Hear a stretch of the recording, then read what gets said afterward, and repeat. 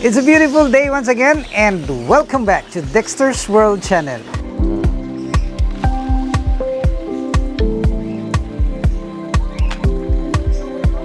In our last two videos, we made mention about the bats, and we made an update about where is the hiding place or the residence of these bats.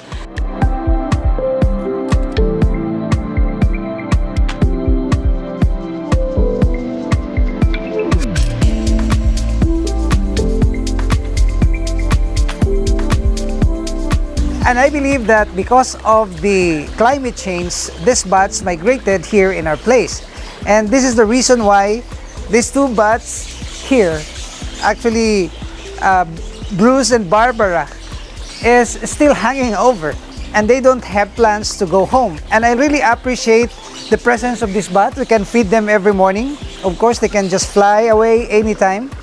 And today's activity is another bountiful harvest, because in this tank we're gonna harvest some fish for display at the pet store. And I believe in the saying that there is season for everything. There is season to plant and harvest, and for us there is also a season to breed, rear our fish, and then harvest. And this is what is happening right now. What we're gonna do with this tank is to empty this one, because I am going to put in here our baby catfish. Well, you know that our baby catfish had been so many now. They're so prolific that every time that we breed them, it's really a success. And this success is attributed to the kind of system that we are in right now. I mean, the breeders are already at the right age, and we also have discovered the pH system, which is 6 to 7.5, and then the ppm should be less than 1000.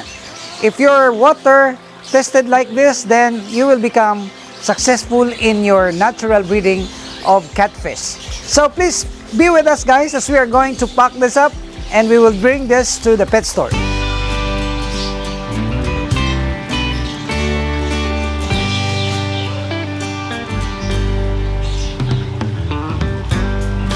So these are the 10%, because we already have made a 90% harvest.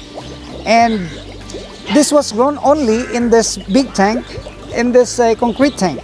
In my last video, I said that no problem about the mud pond anymore, because if you don't have the mud pond, you can, of course, use the concrete pond or this innovative bamboo box for our fish. And it's my practice to select some good patterns for my personal collection, and I'm selecting the kohakos for my personal collection in the future.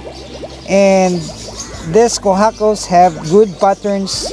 I have spotted one here. It's very beautiful.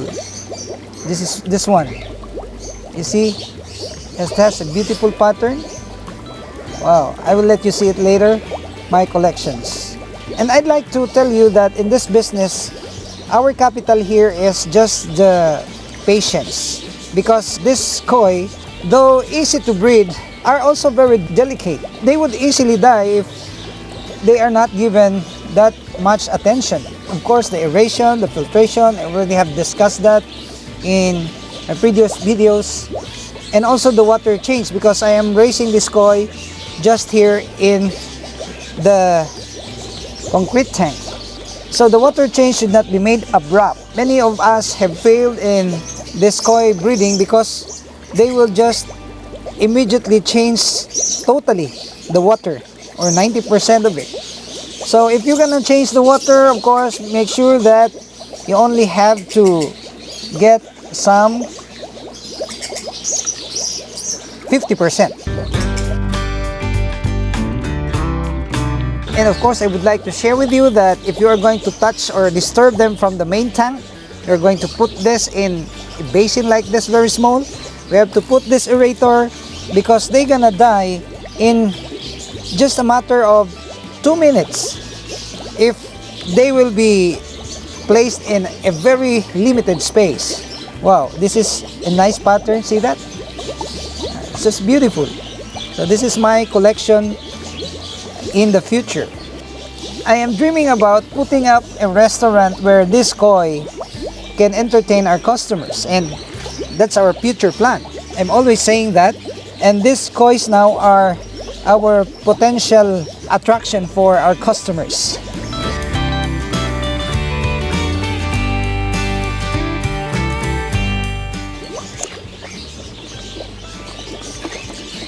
So you look at this, guys, we have here some good selections of our future attraction, and I hope we can grow them and they will grow big and they will become breeders in the future.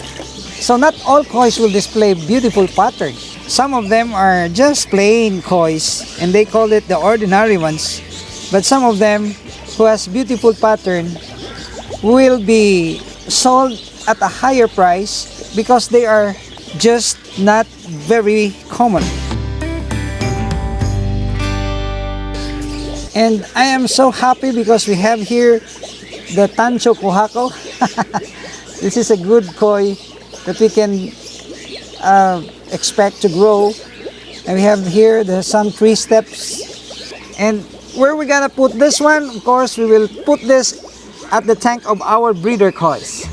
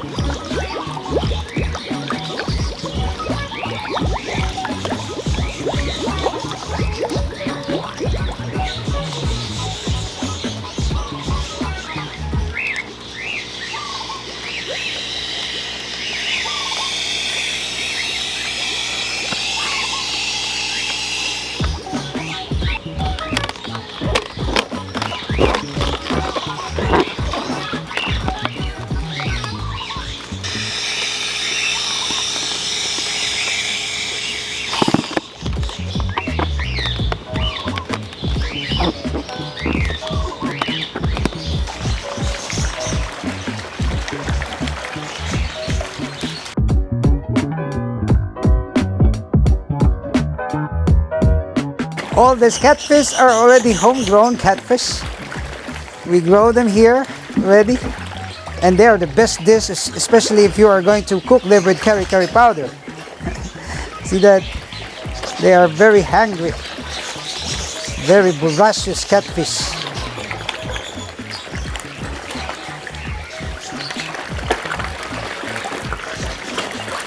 And also we grow this water spinach, very effective over the tank of catfish, and they are growing very healthy now.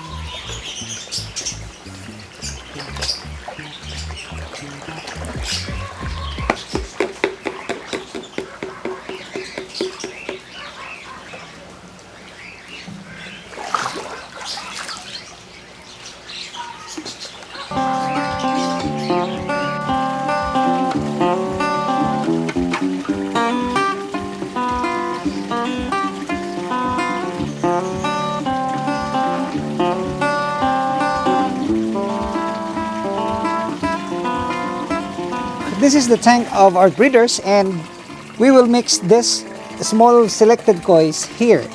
And maybe your concern is, Dexter, is it okay to mix the small fish in a tank of bigger fish? Well, normally we don't practice this one because the bigger fish will eat the smaller ones.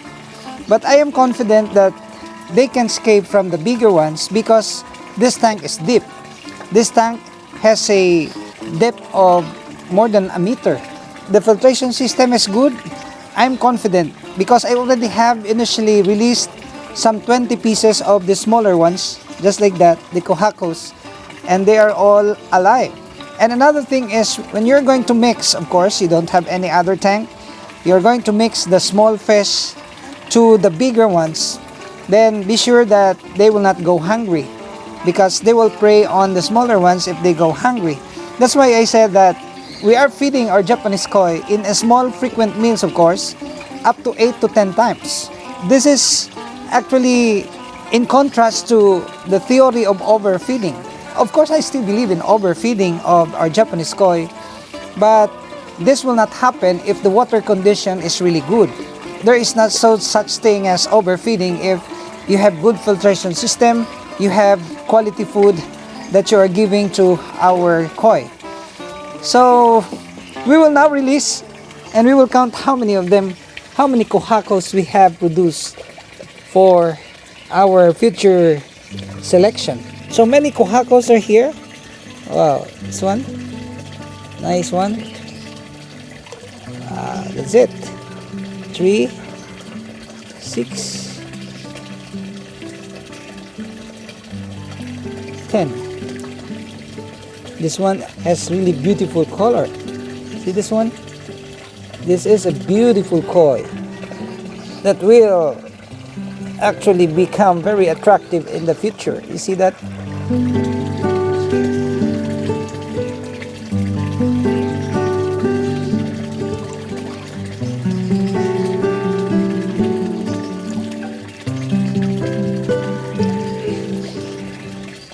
I relax a little bit about breeding or producing this koi because I was fascinated about producing the catfish. And in fact, just yesterday, we filmed this baby catfish that are really thriving in a very small breeding container. And they are so plenty. And what's good about this catfish is the fact that they can grow quickly. In just a matter of 10 days, you can already sell the fry. But the Japanese koi, we have to wait for 1 to 2 months before you're gonna sell them at a good price. So the catfish is an easy money thing to do. That's why I made an effort to, breed this one in a massive scale already. And I hope that we will become successful with this endeavor.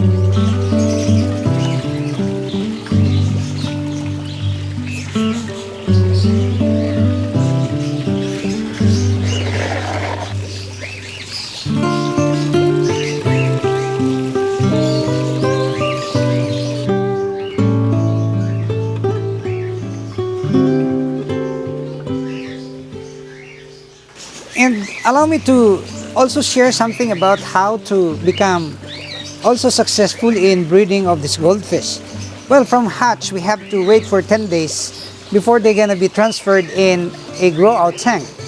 And you know that this grow-out tank is just too small for them because there are 4,000 heads of goldfish that are here. So what we're gonna do is to have a constant segregation according to its sizes. The bigger one should be removed immediately from the tank because they will eat the inferior or the smaller ones. And this is what we are doing actually right now. And we will throw these bigger ones in the mud pan that we have prepared for them. And this mud pan is just, situated in front of this house that we can monitor easily whether there are birds, whether there are frogs and other predators that will attempt to eat our fish. So I have here more than 100, and the bigger ones really are, continuously eating the small ones, and this practice should be stopped. Of course, as what I have said, you will become successful. You have to make an effort in order for these things to happen.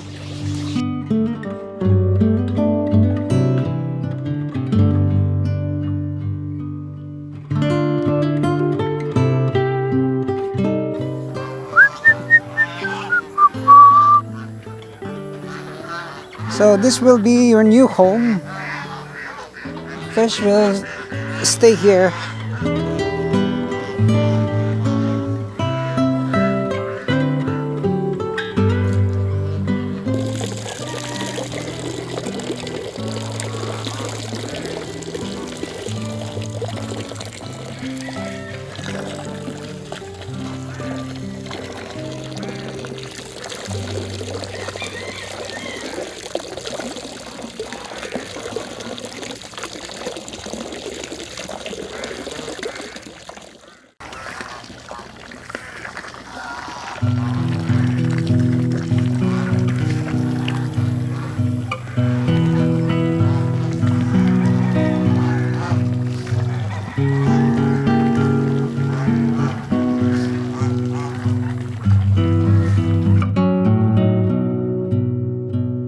So guys, I'm so happy and excited to do all these activities. This is at the same time my form of an exercise. I can reduce my cholesterol. I am already very perspired. I'm sweating it out with joy, with passion, and with anticipation that we can earn an income out of this activity is such a wonderful thing to realize. And I hope guys that you will still continue to like and share our videos, and if you are not subscribed to this channel, may I humbly ask you to please subscribe and hit that notification bell because we're uploading videos regularly. And shout out to the members of this channel and even to the followers or subscribers and viewers. Thanks a lot. I would like to see you in my next video only here at Dexter's World.